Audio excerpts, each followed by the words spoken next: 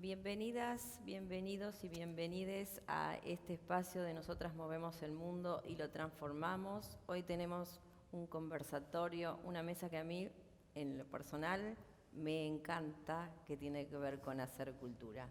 Y estoy acompañada de tres grandes mujeres con una vasta trayectoria en el tema, que bueno, nos van a enriquecer con todo lo que nos van a contar y yo tengo muchas ganas de escucharlas. Las vamos a presentar. Tenemos a mi derecha a Rosario Lufrano, presidenta de Radio y Televisión Argentina, muy conocida por todos.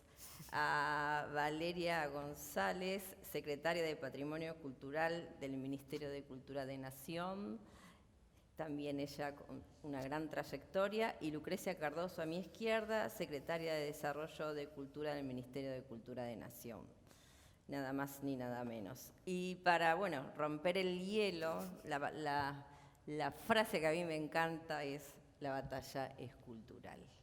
En estos tiempos de cambio de paradigma, de la perspectiva de género que nos atraviesa, no solo desde el eje que nos dice el gobierno, sino desde todos los movimientos que hemos venido haciendo durante tantos años y que, bueno, nos llega en un momento donde desde varios ángulos la perspectiva de género hoy está. Pero soy una convencida que sin cultura, y si la transformación no es cultural, no hay nada. Entonces, eso yo lo largo para que ustedes alguna lo tome y empecemos a conversar y a disfrutar de este gran tema. Sí, yo creo que sin duda es una propuesta muy acertada para esta conversación, esa frase, ¿no? La batalla es cultural.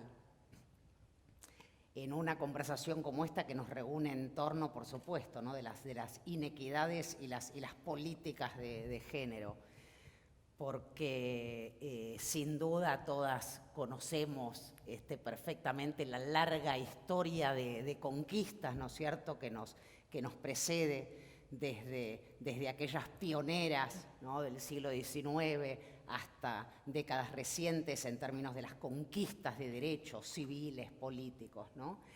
Pero sin duda hay todavía enormes desafíos en cuanto a poder traspasar, erosionar, cuestionar hábitos cotidianos muy enraizados, y creo que con eso denominamos lo cultural, ¿no es cierto? Mi área de especialidad es el arte, que es un pedacito pequeño de esto que llamamos cultura, ¿no? Pero me refiero, por ejemplo, a algo muy simple, los modos de hablar, ¿no? Nuestra lengua española, ¿no? Qué violencia epistémica que implica que el plural sea enunciado en masculino, ¿no? Este hábito de que somos, ¿no?, 199 mujeres y un hombre y tenemos que llamarnos nosotros, ¿no? Y creo que en ese punto Argentina está dando un paso para mí emocionante, ¿no? Yo creo que la Real Academia Española debiera incluir el plural en como un argentinismo. Es verdad.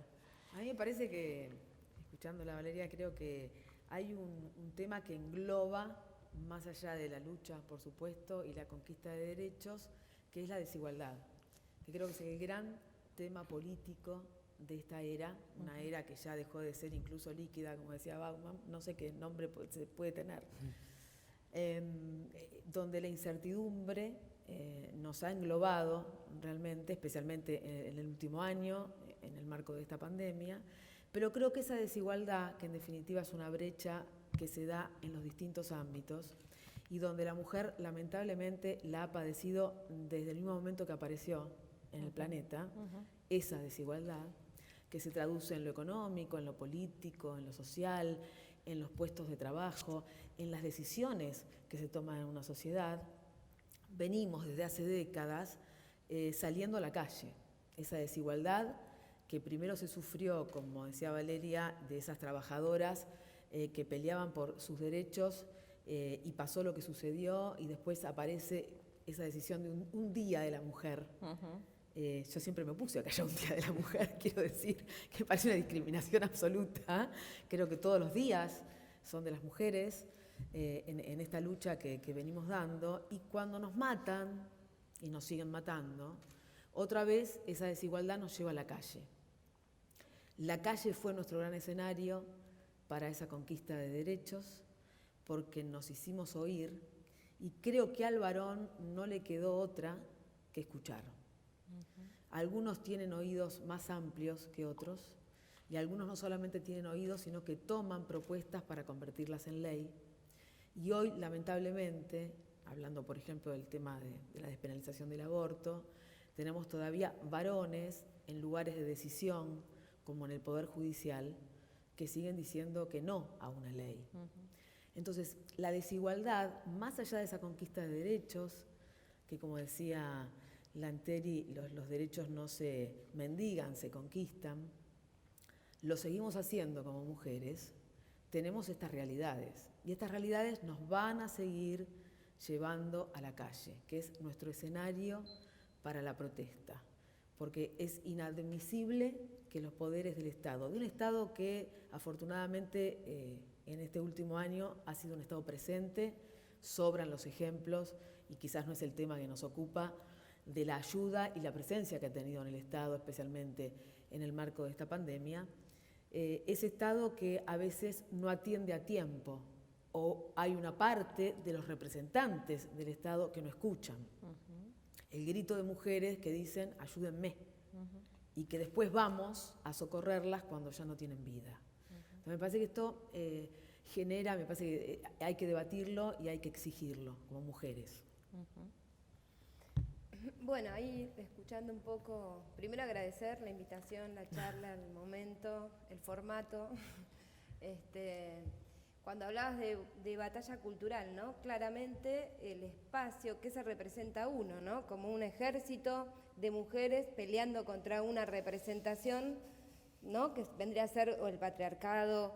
Y en realidad es mucho más fuerte que eso, porque es un debate, es una batalla contra nosotros mismos, contra formas adquiridas, contra formas de representarnos, que reproducimos permanentemente.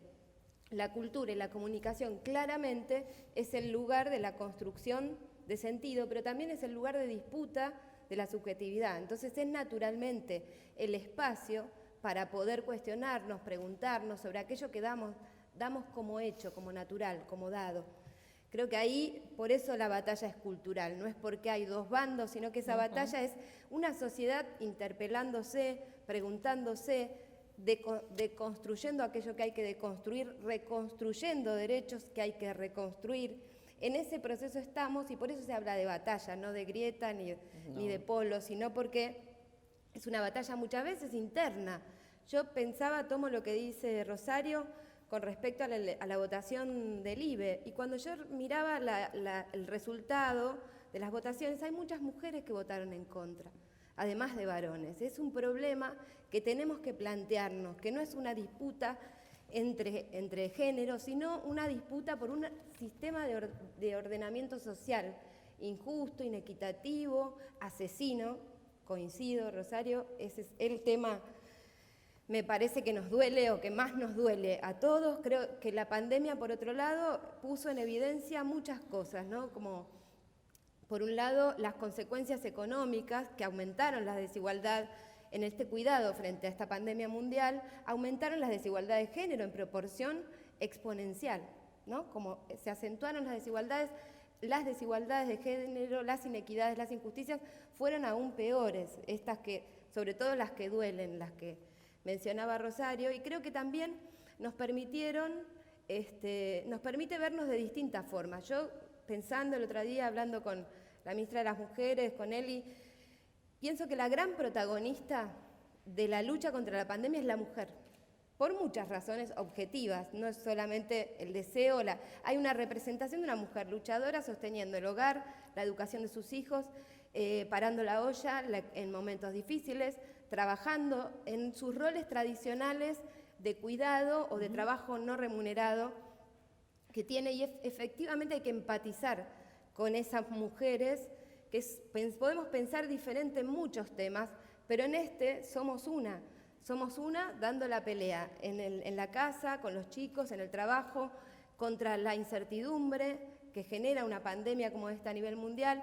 Creo que poder representar hay una mujer que es víctima porque su desigualdad estructural histórica en el ordenamiento social la han puesto en lugares que conocemos, en términos de remuneración, de trabajo, de violencia de género, y también hay una mujer en la que podemos vernos reflejados, que es una mujer, una heroína, digamos, ¿no? Compuesta de todas, no es cada una de nosotras es una, y todas juntas somos una, que fue la que peleó y dio la pelea contra esta pandemia en los términos de cuidado de mayores, adultos mayores, de niños, etc. Entonces, me gusta esa idea de que de alguna manera esta pandemia, que puso en jaque también otras representaciones como individualismo, meritocracia, somos parte de una trama social que está interconectada. Lo que yo hago influye en cualquier otra persona que está viviendo en otra situación social, en otra condición social, en otro barrio, en otra provincia, donde sea. Somos parte de una trama, tenemos que cuidarnos entre todos, no nos cuidamos a cada uno a sí mismo o cada uno a su vida privada. Entonces ahí también hay algo que aprovechar en esta idea de deconstruir sentido, de dar esa batalla cultural que decía Grace. Sí, por eso me parece que es importante que lleguemos a esto como políticas públicas, que no sea una era, un momento donde encontramos la luz de aquellas cosas que hace tanto tiempo se buscan. Y después se termina. Sino, claro, que sea una política pública. El presidente lo decía el otro día, ¿no es cierto?, en su discurso. Es importante que, indistintamente de quien gobierne la Argentina, esto sea para la sociedad. Y creo que las que vienen peleando de hace tanto tiempo, pienso en Susana Sanz, en Dora Barrancos, en tantas otras heroínas, si querés, donde pelear por estas cosas era impensado. Y por suerte a ellos les tocó ver que algunas de las cosas que peleaban y donde eran sindicadas como locas, hoy ven esa luz. Digo, esto tiene que ser política pública. Y eso tenemos que exigirlo como ciudadanas que somos, porque ahí sí hay una construcción ciudadana. Y ahí es donde tenés que dar la batalla cultural. Que todo puede ser mejorado, por supuesto. Y después tiene que ver con, ya que yo me dedico a la comunicación, bueno, Lucrecia también, digo que hay que ver cómo se comunica esto. De comunicación no es lo que se dice, es lo que llega. Entonces el punto es analizar cómo llega esto que decir se dice. Ahora, ¿cómo llega? Porque no todas las mujeres pensamos lo mismo. Y hay mujeres donde seguirán atrapadas por ese patriarcado y en definitiva siguen pidiendo de manera conservadora que aquellas cosas que se daban se sigan sosteniendo. Insisto, en el norte del país, y si lo recorres, vas a ver a varones que toman las decisiones en este sentido, pero mujeres que apoyan esas decisiones. También me parece que todavía hay que trabajar mucho en cómo llega ese mensaje, que no debe estar impuesto, sino que debe estar manifiesto, eso quiero decir, donde hay que manifestar para que llegue, me parece al menos. Perfecto. Nosotros somos palabras, dice Lacan, ¿no? Y bueno, y yo no puedo dejar de tomar las palabras que fueron diciendo, y se habló de igualdad del lenguaje, ¿no?, del arte. Yo creo que una sociedad creativa es una sociedad que es mucho mejor como atraviesa las violencias, que la palabra batalla suena horrible, porque cuando vos lo decías que no tiene que ver con la grieta, que la batalla cultural es otra cosa, pero estamos inmersos y somos palabras y la palabra nos determina. Entonces esto de la comunicación me parece muy interesante, cómo lo decimos, pero también cómo llega. No nos tenemos que olvidar de las mujeres y LGBTI+, ¿no? Todo el colectivo de lesbianas, gays, bisexuales, travestis, trans e intersex, que, bueno, que también tienen un rol con el cupo laboral trans. Otro tema es desde ustedes, ¿no?, desde este desafío que las tres tienen cargos de decisión, afecta que teniendo en cargo de decisión mujeres, cada vez somos más por suerte, pero esto nos ayuda con el desafío, con los obstáculos, porque me acuerdo, bueno, del cupo laboral trans, lo logramos, es mejor, o sea, ¿cuánto nos cuesta tener estos roles?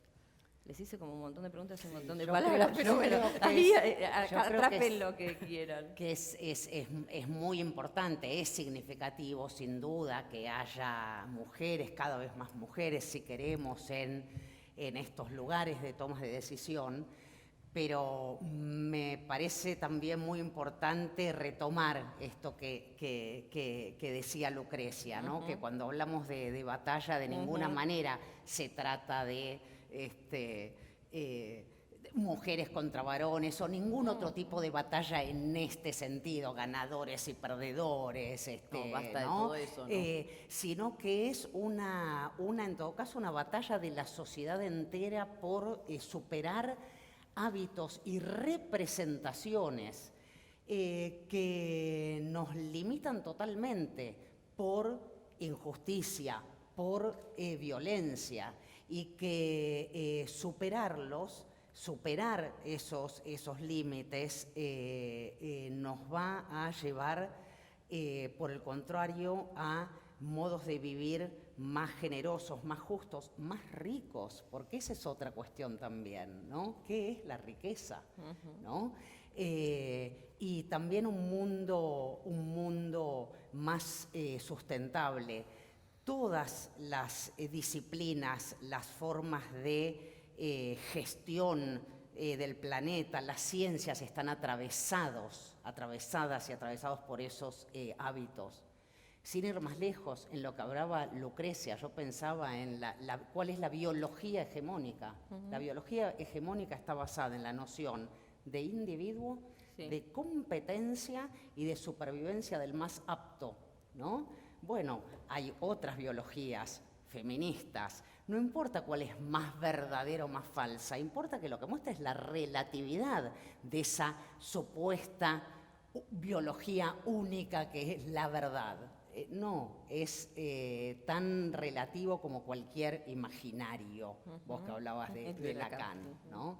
Creo que entonces eso, importante que haya mujeres en lugares de decisión, pero sobre este trasfondo, de qué hablamos cuando hablamos de batalla cultural, ¿no es cierto? Y los medios, ¿no? Porque bueno, tan tremendos los medios en todo su andamiaje. Yo soy una enamorada de los medios de comunicación. Y digo, tienen tanto poder, pero poder verdaderamente, si queremos, bueno para esta transformación. Es difícil.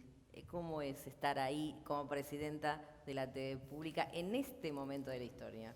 Y de todas las radios del país. Bueno, y de es todas un las trabajo redes. que se hace en todos los medios. La verdad que llegamos a la gestión con todo el equipo, cada una y cada uno con el objetivo de la perspectiva de género.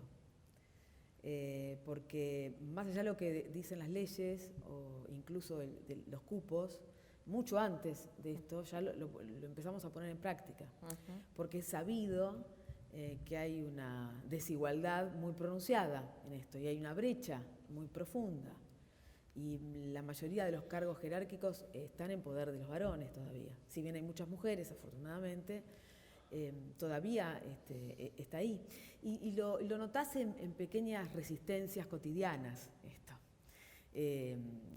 Por ejemplo, nosotros en la televisión pública tenemos la primera carpintera de la televisión pública. Y hubo una pequeña resistencia. Porque el argumento era, una mujer, no se saben tirar al piso y esto es para cargar cosas.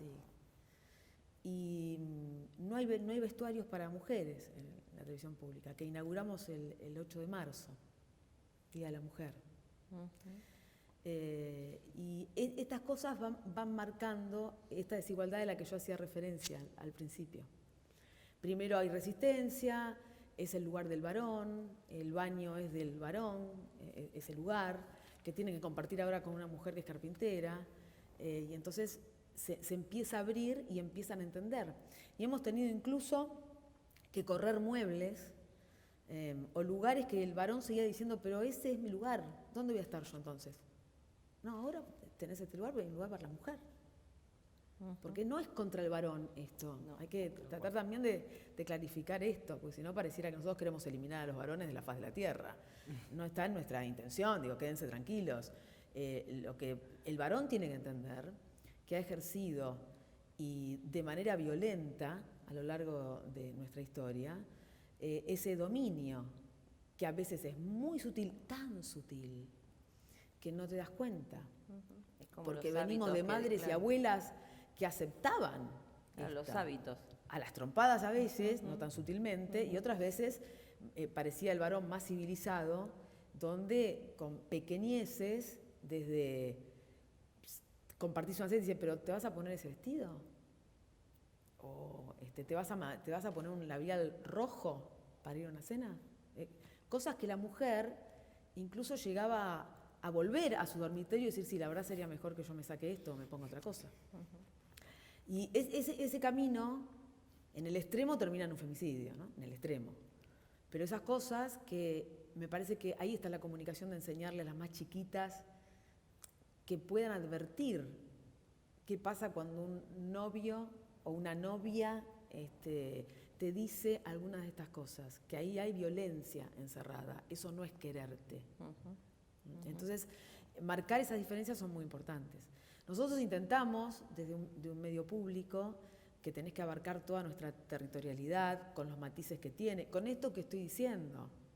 Este mensaje que yo digo ahora, cuando me escuchan en el norte del país, dicen, no entiende nada, no entiende nada. Acá es una cuestión cultural de otra manera. Acá te dicen, cuando hablas de la trata laboral, que no hay trata laboral en el norte del país, porque son los mismos padres los que dan a las chicas para que trabajen.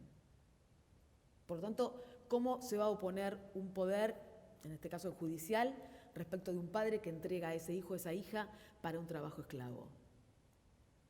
Entonces, ahí es donde hay que dar, la llamemos como quiera, batalla judicial, cultural, porque eso es lo que hay que modificar. Y lleva mucho tiempo. Y lleva mucho tiempo. A mí me resuenan las palabras de Pino Solanas cuando en el primer debate en el Parlamento no se logró la ley de despenalización del aborto. Y dijo, chicas, sigan, el año que viene, si no es el año que viene, será el otro. Y fue, ¿no es cierto? Y se consiguió. Pero también quiero significar con esto que no se piensa igual y no se ve igual, por eso no quiero tener una mirada centrista, No. quiero que abramos un poco este debate a estas realidades que siguen existiendo, donde a veces es la propia mujer la que se ampara en esto. Y ahí es donde tenemos que trabajar con la comunicación. Por eso digo, el mensaje quizás está emitido, el punto es quién recepciona y qué llega de ese mensaje emitido. Sí, el presidente hace mucho hincapié en lo federal, ¿no? Y lo federal, creo que esta transformación tiene que ser federal, no podemos pensar solamente en el AMBA. Y vuelvo con lo de la batalla cultural, yo voy a insistir con la batalla cultural, que por momentos dicen, viste, que la batalla cultural la tiene que dar los intelectuales, no, la tiene que dar la educación, no, la tiene que dar la comunicación, los medios. Yo creo que, como decías vos, ¿no? La batalla cultural es con todes.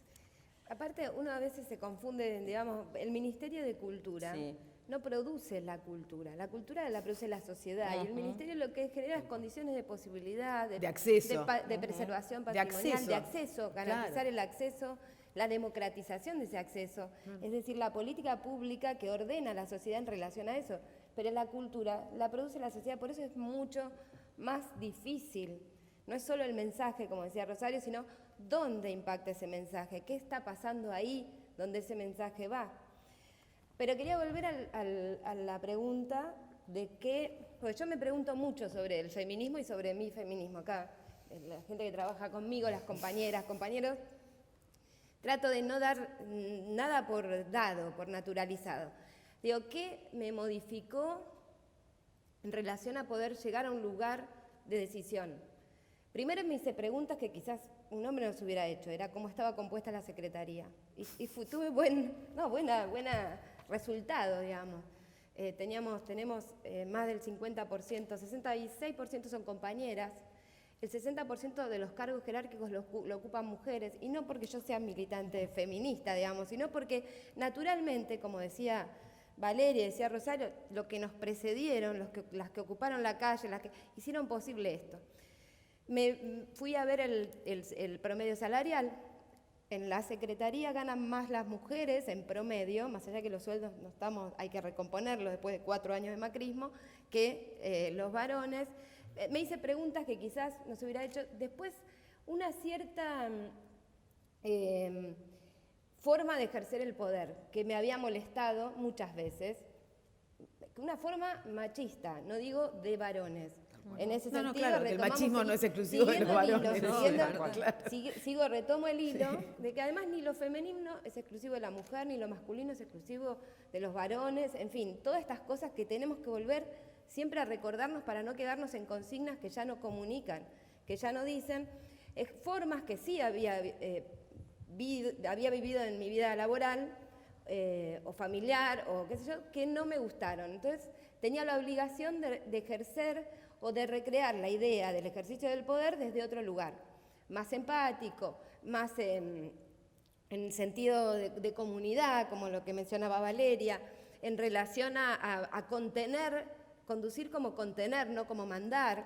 Bueno, esas cosas que no me pasó solo ahora, me pasó hace muchos años, ya en otras funciones, y traté de llevar eso adelante. Y después, la tercera cosa que creo que me pasó me pasa cuando me toca ejercer estos lugares, es una cierta obligación que tengo en relación a ser mujer y en relación a identificar la problemática social, como todas las injusticias sociales que tienen que ver con la inequidad o la injusticia social vinculada a esta etapa del capitalismo y demás, el tema de la injusticia y la violencia de género como un tema de agenda muy fuerte, donde las políticas públicas que lleváramos adelante desde mi área, que es el área de las industrias culturales, tendieran siempre a modificar esa situación. Digo, esas 3 cosas, si tuviera que identificar qué es lo distintivo de haber llegado él. Por un lado, las preguntas que me sigo haciendo en relación a la Secretaría, a dónde llegamos. Ahí, por suerte, alguien me había traído 2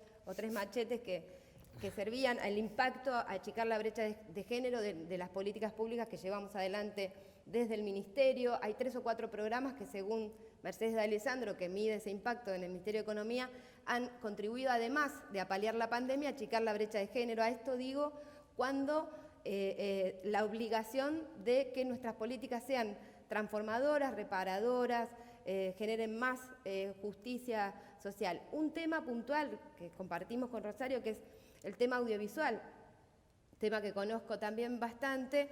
Bueno, la inequidad es tremenda. Cuando vas a ver la cantidad de estudiantes que hay en todos los sectores, digamos, de lo que es la producción audiovisual, sea de comunicación o artística, cinematográfica, televisiva, el 70% de las mujeres, el 70% de los estudiantes son mujeres y el 30% son varones. Pero cuando vas a ver los equipos técnicos y cómo se componen, es inverso. El 70% son varones y el 30% son mujeres. Perdón, porque ya aclaramos que no es en una visión de confrontación, pero esas son realidades a reparar. Por eso, acá en esta segunda edición de Nosotras Movemos el Mundo, mañana hay una primera reunión que tiene que ver con sentar a las cámaras, al sector de los trabajadores, a todos los actores relevantes en relación al tema de géneros, para trabajar un protocolo de trabajo, ¿no? Una orientación de cómo debería trabajarse. No nos están... Primero hablamos de la construcción de sentido, de la Lucrecia, que ahí hay que romper un sistema, ¿no? Sí. Hablando de lo cultural. Porque el sistema, ¿cómo funcionaba? Se necesita un trabajador X en lugar. Y aunque hubiese mujeres en esa lista de posibles candidatas, se privilegiaba al varón. El que entraba a ocupar el puesto era el varón, amparado por todo el sistema. Sí. Entonces, desde la televisión pública y desde la radio, cuando hay un lugar, entra una mujer. Porque nosotros tenemos que equiparar. Claro. Sí. Pero de todas maneras hay un sistema que brega por decirte, pero es que no hay mujeres, no se anotó ninguna. Tenés que ir a rascar la olla y decir, a ver, mostrame.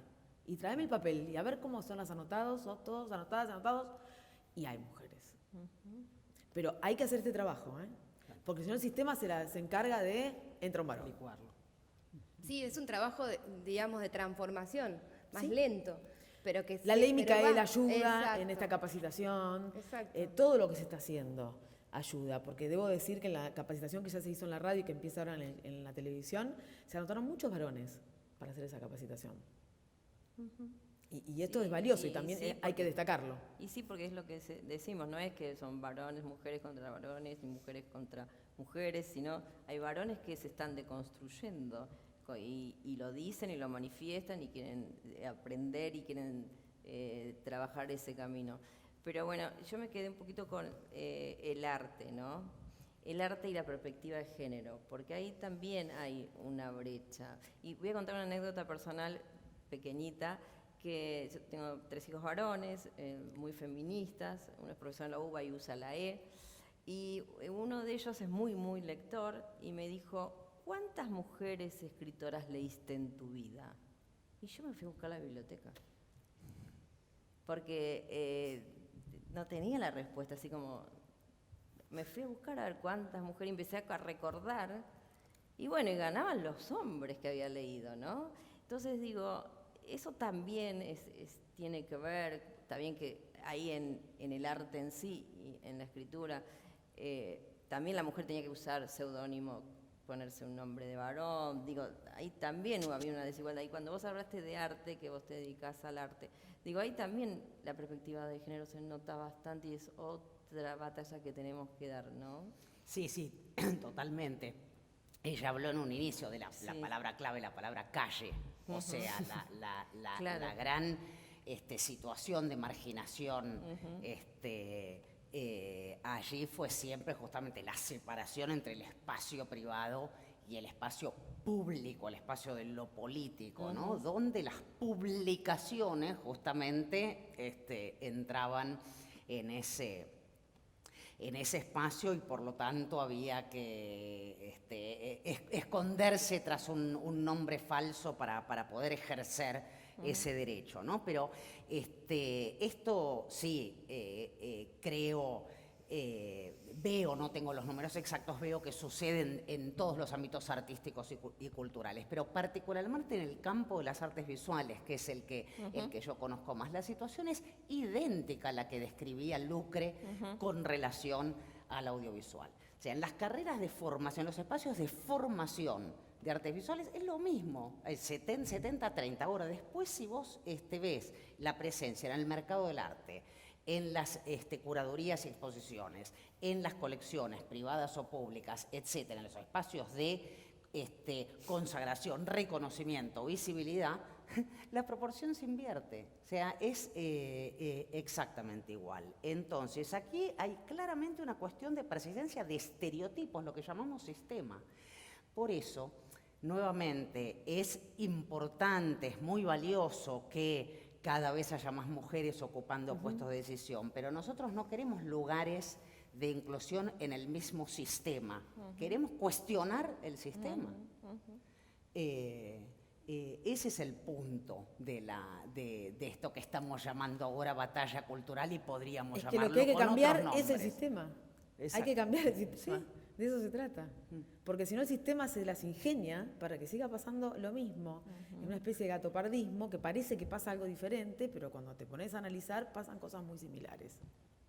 Exacto. Y los desafíos en sus lugares institucionales. Después les voy a preguntar de la subjetividad y vida privada, político es privado, político es privado, político, pero en lo institucional, más allá de esto de que, bueno, obviamente hay que cambiar el sistema y estoy de acuerdo con ustedes, es súper difícil. Yo estoy en el área de igualdad, ¿no? Donde la urgencia de los femicidios nos atraviesa y nos lleva, y que en realidad la igualdad debería ser el eje que nos lleva hacia adelante, y cuando las urgencias de los femicidios se terminen, la igualdad va a ser la protagonista, pero la igualdad siempre queda de lado por la urgencia. Bueno, me fui del tema que les iba a preguntar, pero en lo institucional, ¿no? También no podemos hacer nunca más esto de estar cada una en su espacio y no ser la trama social que hablaba ella, ¿no? Esta trama social dentro de los organismos, dentro de los ministerios, dentro de los municipios, dentro y fuera de la provincia de la República entera. porque si no me parece que como que estamos en la misma siempre del sistema. Bueno, nosotros decimos siempre que una colateralidad positiva de esta pandemia y de la lucha contra la pandemia que se logró y creo que tiene que ver con que hay muchas mujeres en lugares de decisión, una interinstitucionalidad enorme, un trabajo interinstitucional gigante que nos permitió dar respuestas a emergencias feroces, alimentarias, sanitarias, etc. También nos permite la interjurisdiccionalidad que se ganó. O sea, nosotros trabajamos hoy con provincias, con municipios, dando respuesta con programas que fueron a asistir a la pandemia, que tenían que ver desde un ingreso universal, digamos, para los trabajadoras de la cultura, hasta la asistencia alimentaria. Una interacción público-privada, que la tuvimos que también enfrentar muy rápidamente para establecer los protocolos de trabajo, para plantear las agendas de necesidad de esos actores, sean trabajadores, empresarios, artistas, de distintas disciplinas. Tuvimos que hacerlo. Hoy vamos a estar en muchas mejores condiciones cuando esto pase, cuando la vacuna finalmente logre devolvernos a un orden no bueno, no era antes bueno, toda esa discusión también es muy interesante, pero con un capital, una acumulación que no teníamos. La interinstitucionalidad, que creo que está ligada a esto también, de que las mujeres en distintos espacios de gobierno, vos Rosario estás, Valeria también, hay un grupo de mujeres en lugares de gestión, que ese grupo ha sido un lugar de resolución de problemas, de conflictos, mujeres gobernando. Sí. Bueno, sí, es impresionante la dinámica que logró solamente un grupo de... Sí. Pero bueno, lo interinstitucional es importante, lo interjurisdiccional es enorme, hemos llegado a pueblos, digamos, donde no hubiéramos podido llegar con el Estado que nos dejaba el macrismo del Estado después de 4 años de neoliberalismo, y hemos trabajado en conjunto el sector público-privado para establecer las necesidades de los sectores. Así que yo creo que eso es un capital que vamos a usar y nos va a ser muy útil en la etapa que viene de reconstrucción. Y hablando de ese tema, la interseccionalidad, ¿no?, de ruralidad, discapacidad, que son temas que, bueno, a mí me competen y los vengo llevando a cabo. En lo cultural también cuesta mucho, en lo de la biología que vos hablabas, el anticapacitismo, de la medicina, digo, ahí se me abre otro espacio, me hiciste acordar con esto del entramado, ¿no? Ahí hay otro espacio también que también tenemos la batalla cultural, ¿no?, de la discapacitado, discapacitada, discapacitade, no ponerlo en ese lugar de la afuera, del sistema, que el sistema también son parte de este sistema y también tiene que ver con estas tremendas desigualdades. Se me vino con lo que dijiste recién. Yo no sé cómo estamos de horario, nadie nos está diciendo, ¿viste? Porque podemos seguir nosotras. Lo que quiero decir respecto de eso es que todos estos temas, que en definitiva se entrelazan, los que estamos mencionando, la única manera de que ese cambio de sistema se produzca es con un Estado presente, y hoy hay un proyecto de país que lo pone en práctica. La pandemia creo que fue la mejor forma de mostrarlo. Veníamos del abandono de un Estado ausente y hubo un Estado presente, lo hay, Estado presente, políticas públicas y accionar y hacer. Entonces, esas 3 patas son fundamentales. Y creo que estamos en una oportunidad maravillosa en la Argentina por las condiciones que se han dado y porque este proyecto entrelaza esto que es tan necesario para conseguir lo que falta. Falta mucho, por supuesto, pero se han conseguido muchas cosas en un año, hablando incluso de la perspectiva de género. Hay que saber aprovecharlo, eso. No hay que perder ese momento. Por eso tienen que ser, perdón que reitere, pero con las políticas públicas. Eso es lo que nos va a asegurar esa lucha que hay que seguir dando. Totalmente de acuerdo. La ONU nos nombró el primer país, ¿no?, con más cuestiones de política pública con perspectiva de género en este momento. Entonces, digo, lo que pasa es un momento histórico, donde a mí también me interpela, como decías vos, que uno se hace un montón de preguntas todo el tiempo, ¿no? Que cada momento te preguntas. Bueno, yo tengo así como la historia de haber vivido los momentos donde era normal, entre comillas, porque no existe la normalidad, que si le golpean es porque les gustan, al Ni Una Menos. Cuando yo vi el Ni Una Menos en la calle, creo que lloré toda la marcha de ver ese movimiento. Éramos 4 locas que empezábamos, que caminábamos y eran un montón. Ni hablar con las pibas y la ley del aborto, ¿no? Digo, para mí yo me siento muy emocionada siempre de haberlo vivido y de estar en este momento histórico. Es muy fuerte para mí. Creo que para ustedes también. Entonces, desde la subjetividad, desde la mujer que son, más allá del cargo, ¿qué sienten, ¿no? En este momento que estamos atravesando, sacándose los ropajes del cargo?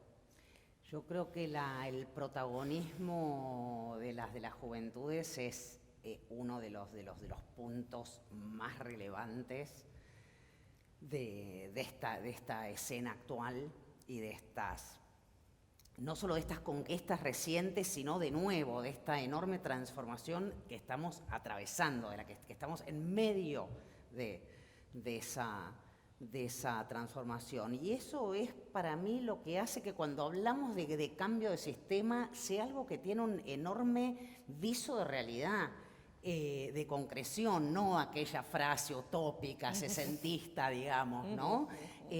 Por las juventudes, porque vemos que en esas y esos jóvenes, esas juventudes, cuestiones como el no a la violencia, el ni una menos, el defender la legalización del aborto, no son para ellos cuestiones que están solas o aisladas, van de la mano de críticas fundamentales como es toda la mirada hacia la destrucción ecológica del planeta, la que está llevando el capitalismo en su modalidad actual. O sea, van de la mano muchas de estas cuestiones, entrelazadas, como diría Lucre. Y eso es lo que a mí me hace pensar, que cuando hablamos de cambio de sistema, esto tenga un enorme viso de realidad y de concreción. Lo que pasa es que estamos como, a veces es difícil analizar el tiempo que te toca, porque esta es una especie de revolución que se está dando mientras estamos hablando. Tal cual. Es difícil ponerle ese nombre a lo que sucede. Pero esta es una revolución, para destacar, democrática, pacífica, con el escenario de lo público, con un Estado que escucha y con una ley que se termina sancionando. La ley viene siempre después. La ley viene siempre después de que una realidad es tan contundente que necesita una regulación. Ahí aparece la ley, ahí aparece el marco jurídico, que hay que respetar la normativa que la sociedad está necesitando para seguir funcionando. Y entonces, me parece que esta revolución, y comparto en las jóvenes que ocupan ese espacio y que creo que aseguran que siga dándose en las mismas condiciones, es lo que hay que destacar. Porque uno cuando habla de la palabra revolución piensa en luchas sangrientas, en luchas criminales muchas veces, piensa en dictaduras, piensa en los desaparecidos, en nuestros cerebros yéndose del país. ¿Qué aprendizaje tuvo esta sociedad tan doloroso, donde la búsqueda de la verdad, la memoria y la justicia sigue siendo una necesidad no cerrada, porque todavía necesitamos memoria, verdad y justicia, para que esas jóvenes, nacidas en democracia, afortunadamente, que son nuestras hijas, ocupen ese espacio de lo público y hagan esta revolución. ¿Y vos como Rosario, qué sentís? Porque Un orgullo enorme, enorme. Porque yo pensaba que cuando transcurría el gobierno del doctor Alfonsín, yo estaba embarazada de mi hija, estaba entrando al 7º mes de embarazo, y yo cubría en la calle con mi panza esos hechos que sacudieron a la sociedad argentina, y lo que bregábamos en ese momento era que nuestros hijos siguieran viviendo en democracia. era como el grito necesario. Y entonces saber que esos hijos que nacieron de esas panzas son los que están ocupando la calle de lo público con esta revolución, y la verdad que se me suelta un lagrimón, ¿qué quiere que te diga? Un poco tanguera estuve, pero bueno. Bueno, yo nací el día del tango, así está bien. Yo pienso que es un movimiento que me interpeló muchísimo. O sea, digamos, soy como un puente, una bisagra, digamos, ¿no? Charlo mucho con mis sobrinas, que son fuertes militantes feministas, y tengo una preocupación de que, en realidad, de que este movimiento no pierda su masividad, de que pueda dialogar con las otras mujeres, ¿no? O los otros géneros, que no se achiquen ni lo puedan rotulizar desde afuera como un movimiento urbano, feminista, de clase media, no, que no pierda mi principal preocupación política, porque me interesa la política y milito políticamente en todo sentido, en todo lo que tenga que ver con la justicia social, es que no pierda su vocación de masividad, que pueda dialogar con los otros que hablábamos al principio, que Rosario mencionó, las otras, les otros, que son diferentes, piensan diferente, pero tienen que ser parte de ese mismo movimiento. No pierdan su capacidad de comunicación transversal, no empiecen a buscar categorías, a tratar de ponernos nuevas categorías, a reemplazar las categorías del patriarcado por otras categorías, también duras y estancas. Estoy hablando de algunos sectores, sí. Y que profundamente nunca se separen de la discusión y de la pelea por la justicia social, por el cuestionamiento al modelo económico. La agenda ambiental que comentaba Valeria, que también es muy importante en los jóvenes, las que no están todas vinculadas a una matriz, a un sistema injusto, productivo, a una fase del capitalismo que expulsa a más de la mitad de los seres humanos en el planeta. Entonces, todos estos movimientos tienen que no perder vocación de masividad, estar ligados profundamente a un modelo de transformación integral de la sociedad y no perder los atributos enormemente felices que tuvo en su capacidad de articulación, de movilización internacional. Han habido cuestiones de este movimiento feminista que frente a otros movimientos sociales en otra etapa ha sido un aprendizaje. Es un poco lo que decía Rosario con respecto a ella y su panza pidiendo por la democracia y sus hijos, su hija de esa panza a otra plaza pidiendo por más derechos. Bueno, los movimientos sociales también tienen una historia de crecimiento y de transformación, y creo que este movimiento que nació con ese Ni Una Menos gigante tiene mucho que aportar desde lo positivo que está generando. Así que esa es mi... Como toda transformación, yo creo que también va a tener otras formas, ¿no? Esto de la relatividad de las verdades, eso es fundamental también. Ahora sí me hicieron... Llegó el momento de la despedida. Nosotras movemos el mundo. Nosotras movemos el mundo y lo transformamos. Muchas gracias por gracias por la invitación. Espacio, la verdad que es un placer escucharlas, y agradecemos también a nuestras ancestras, a las brujas, a todos, todas y todes los que nos precedieron en estas luchas. Y bueno, desde el Ministerio de Mujeres, Género y Diversidad, muchas gracias por estar del otro lado de la cámara. Algo así se dice, ¿no? Gracias. Gracias. Gracias.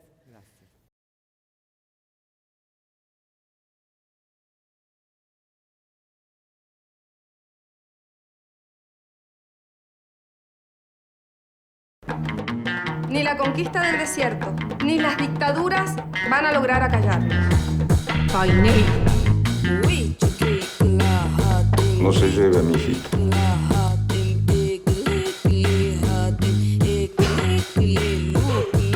Vos tenés idea en las condiciones que vive mi gente. Por eso le digo, Olga, que usted tiene que cantar en Mapuzungún. No he tenido otra posición que estar al lado de los que sufren. Hablaba de un arcoíris de amor.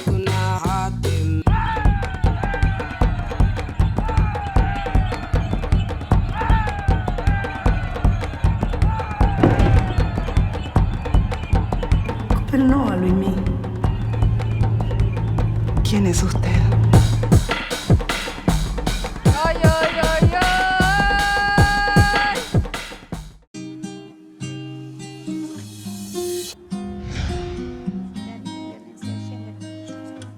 empiezo 7:30 y a las 12 me voy a dormir, dividiéndome entre mi domicilio, que es mi otro mundo, y este mundo que es el de la militancia, de militar todo esto.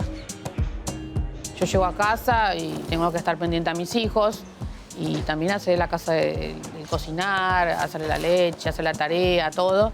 Y tratamos de ayudarnos todos. Tenemos más compañeras que compañeros, obviamente, porque siempre hay la desigualdad, porque el hombre siempre va a trabajar y la mujer queda en la casa. Somos 10 mujeres que estamos firmes. Siempre hay un grupo más o menos de 5 mujeres que estamos ahí activas y las otras 5 mujeres son las que hacen pan o la torta frita, porque todo lo que hacemos es todo elaborado por ellas. ¿Para cuántas? Mi militancia es mitad y mitad. Mitad para mi casa y la otra mitad la divido entre mi militancia y mi trabajo. Así. Tengo un compromiso muy especial con las mujeres. Soy muy feminista y yo necesito cambiar este rumbo y que la mujer, por el mismo trabajo, cobre lo mismo que el hombre. Y es un trabajo muy agotador y muy cansador también, porque hay que estar las 24 horas del día. Somos amas de casa, estamos con los niños y esto también nos deja... Podemos nosotras elegir nuestro horario para poder trabajar. Porque al ser nosotras las productoras podemos manejar nuestros horarios. Es un trabajo para mí, un trabajo hermoso, donde me despierto a la mañana ya pensando, o una se va durmiendo ya pensando qué vas a hacer al otro día. Todo lo que venimos construyendo acá con el LGTB es muy, muy bueno. Si bien somos muy poquitas, pero eso no quiere decir de que no seamos marginadas o maltratadas.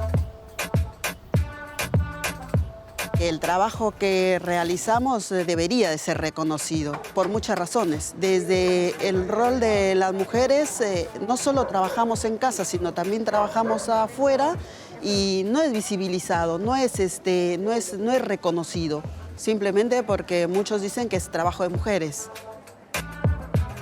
El trabajo que nosotras llevamos adelante no es reconocido y no está remunerado. La verdad que no.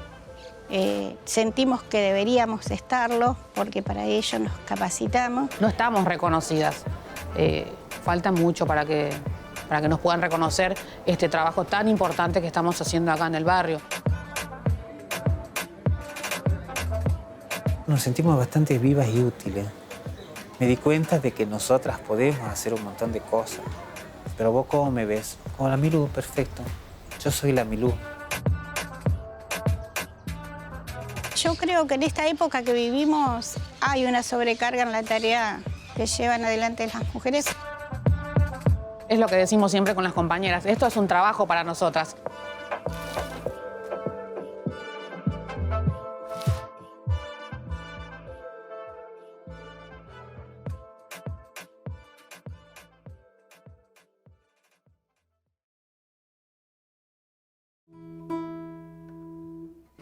Ya no estoy en condición de aceptar un mal mayor.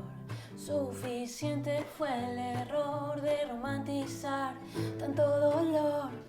La línea 144 es una línea de contención, información y asesoramiento para personas que se encuentran en situación de violencia por motivos de género o para personas de su círculo de confianza. Viento y sombra en mi sombrero siembran soles en tu pelo.